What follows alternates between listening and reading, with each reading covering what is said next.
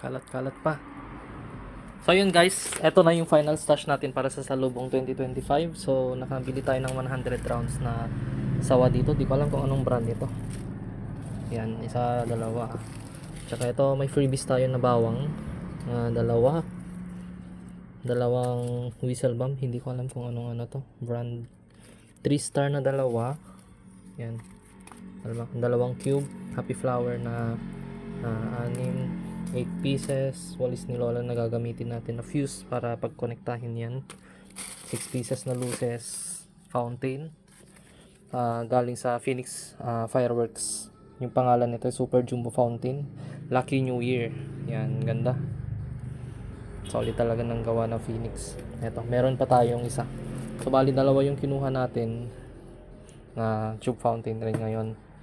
Meron rin tayong Tiger Fireworks na The Palm Dubai na fountain rin. Yan.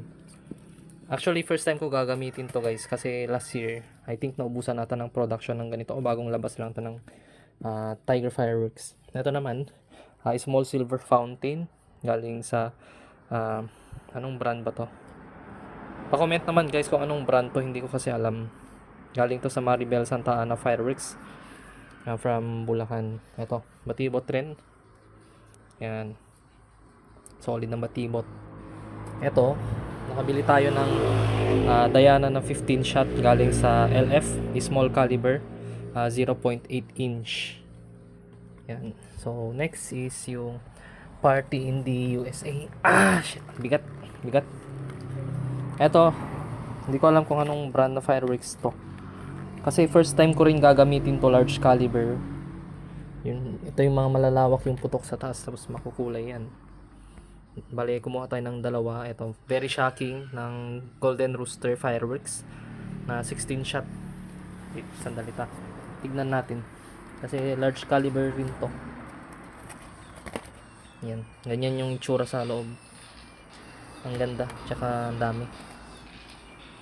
Yan. Kumuha rin tayo ng Dragon's Tree of Life na 16 shot from Dragon Fireworks.